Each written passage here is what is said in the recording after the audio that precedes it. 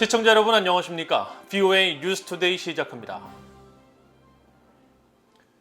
오는 9월 개막하는 제77차 유엔 총회에서 북한 인권 문제가 다시 의제로 다뤄질 것으로 예고됐습니다. 새 유엔 총회 북한 인권 결의안에 북한군에 의한 한국 공무원 피격 사건이 포함될지 주목됩니다.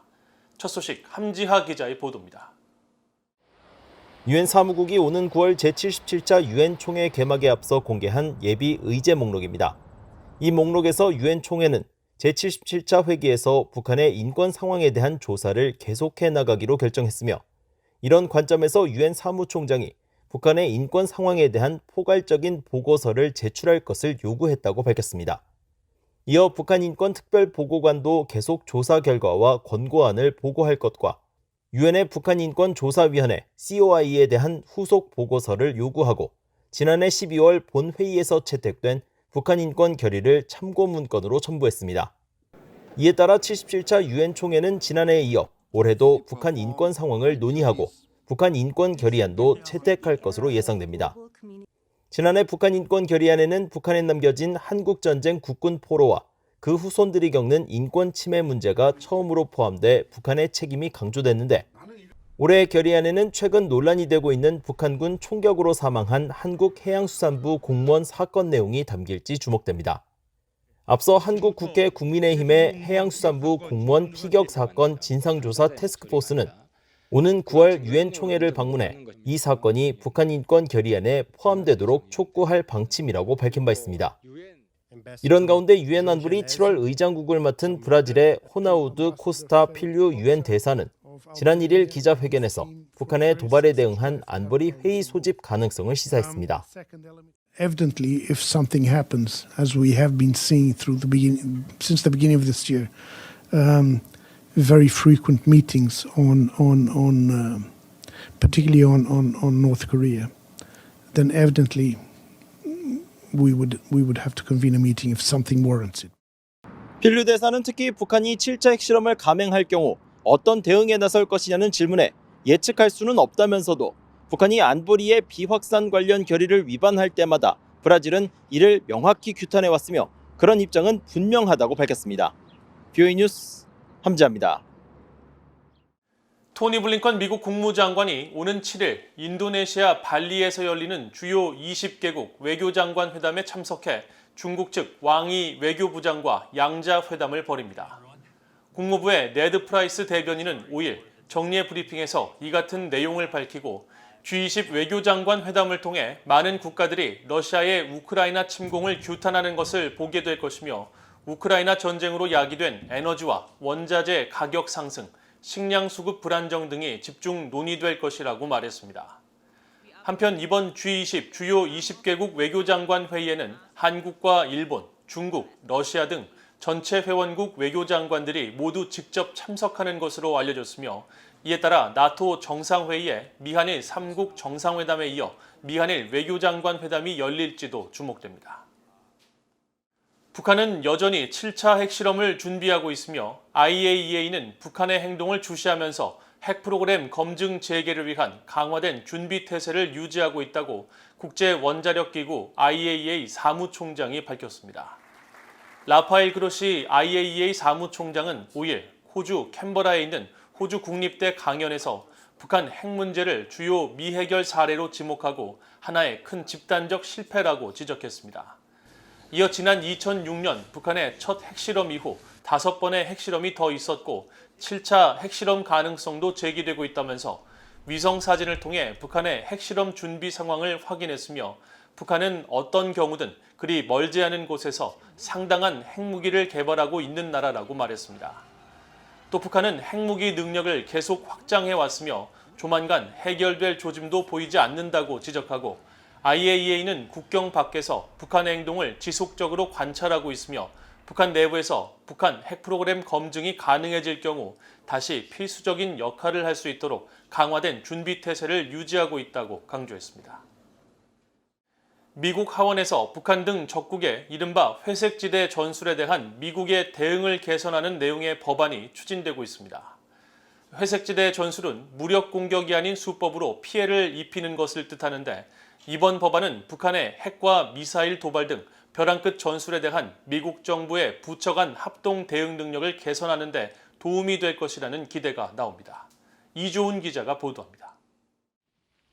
미국 의회 여당인 민주당의 딘 필립스 하원 의원이 최근 2023 회기연도 국방수권 법안에 대한 수정안으로 제출한 회색지대 전술 대응 법안입니다.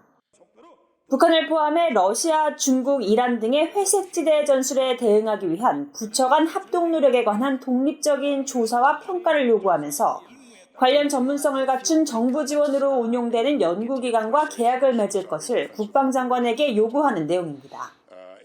회색지대 전술은 무력 공격이 아닌 수법을 구사해 피해를 입히고 동시에 의도와 동기 자체도 모호하게 하는 일종의 속임수입니다.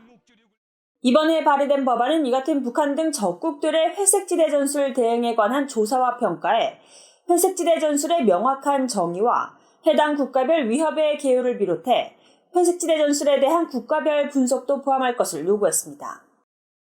또 해당 국가의 회색지대 전술 대응을 위해 설계된 개별 부처 그리고 부처 간 합동 기능에 대한 재검토와 이런 기능이 국가 안보 전략과 전 부처에 걸친 모든 전략에 적합한지 검토할 것도 포함했습니다. 그러면서 해당 국가들의 회색지대 전술 위협을 분석하고 이에 대응하기 위해 국력의 모든 요소에 대한 통합 역할에 국가 회색지대 국장직 신설 방안에 관한 평가도 명시했습니다. 이번 법안은 특히 타이완의 회색지대 전술을 구사하고 있는 중국을 겨냥할 것일 가능성이 높지만 북한의 회색지대 전술에 대해서도 미국 정부 부처 간 합동 대응 능력을 개선해 북한의 미사일 도발 등 무력 시위를 억제하는 데 큰 도움이 될 것이라는 평가가 나옵니다. The U.S. should have been telling North Korea, if you test an ICBM, which is a gray zone activity, we are going to penalize you in the following kinds of ways. That might have deterred North Korea from doing it. But we do not appear to have made such a threat. We really lack a deterrence concept for dealing with the gray zones. 이런 가운데 북한 등 적국이 소유한 회사와 항만 운용 계약을 맺지 못하도록 하는 내용의 법안도 하원 국방수권 법안에 대한 수정안으로 추진되고 있습니다. 이 법안은 공화당의 미셸 스틸 하원 의원이 사칙위원회에 제출한 것으로 북한을 포함한 중국, 러시아, 이란의 국영기업들의 미국의 항구 운영 또는 관리 계약 체결을 금지하는 내용을 담고 있습니다. VOA 뉴스 이조은입니다. 북한에서 열린 암호화폐 컨퍼런스에 참석하며 대북 제재를 위반한 영국인 암호화폐 사업가 크리스토퍼 엠스 씨가 결백을 주장하고 나섰습니다. 엠스 씨는 지난달 29일 영국 스카이뉴스와의 인터뷰에서 자신이 연사로 나선 컨퍼런스의 청중은 약 20명 정도로 적었고 자신이 전한 내용도 미리 준비한 원고를 읽는 수준이었다고 말했습니다. 또 북한 정권이 자신을 환대했을 것이라는 일각의 추정과 달리 자신은 오히려 북한 보안요원 등에 의해 호텔방을 수색당하고 신문을 받는 등의 상황에 처했다고 말했습니다.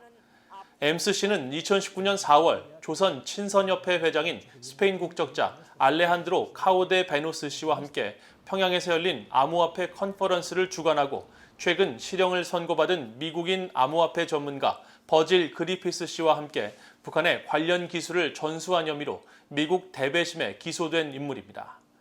엠스 씨는 올해 초 사우디아라비아 방문 중 미국 정부의 요청을 받은 사우디 정부에 의해 체포돼 보석 상태에서 미국 신병 인도 재판을 기다리고 있으며 미국 연방수사국 FBI는 엠스 씨에 대한 수배 전단을 통해 엠스 씨는 블록체인을 기반으로 한 계약 방식 스마트 컨트랙트를 북한에 구축하는 방안과 미국 제재를 회피할 목적의 암호화폐 거래 방식을 제안했다고 밝혔습니다.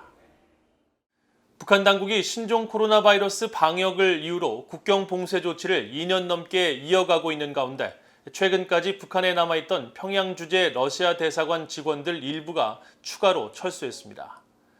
북한 주재 러시아 대사관은 지난 4일 페이스북을 통해 대사관 직원과 가족 등 약 20여 명이 평양에서 열차편으로 러시아로 떠났다고 밝히고 해당 직원들은 파견 기간이 만료돼 러시아로 출국했으며 북한 당국이 취하고 있는 방역 조치로 외국인의 입국이 불가능해 직원 교대는 이뤄지지 못했다고 설명했습니다. 또 이번에 철수한 직원 중 외교관은 포함되지 않았으며 축소된 인력으로도 외교 업무 등 대사관 업무는 정상적으로 이뤄질 것이라고 밝혔습니다. 북한은 신종 코로나 바이러스가 발생한 2020년 1월부터 국경 봉쇄 조치를 내려 2년이 지난 7월 현재까지 공식적으로 국경을 열지 않고 있으며 이에 따라 대부분의 국가가 대사관을 철수해 현재 러시아와 중국, 쿠바, 베트남 등 7개 국가만이 대사관을 운영 중인 것으로 알려졌습니다. 이상으로 BOA 뉴스투데이를 모두 마칩니다. 시청해주신 여러분 고맙습니다.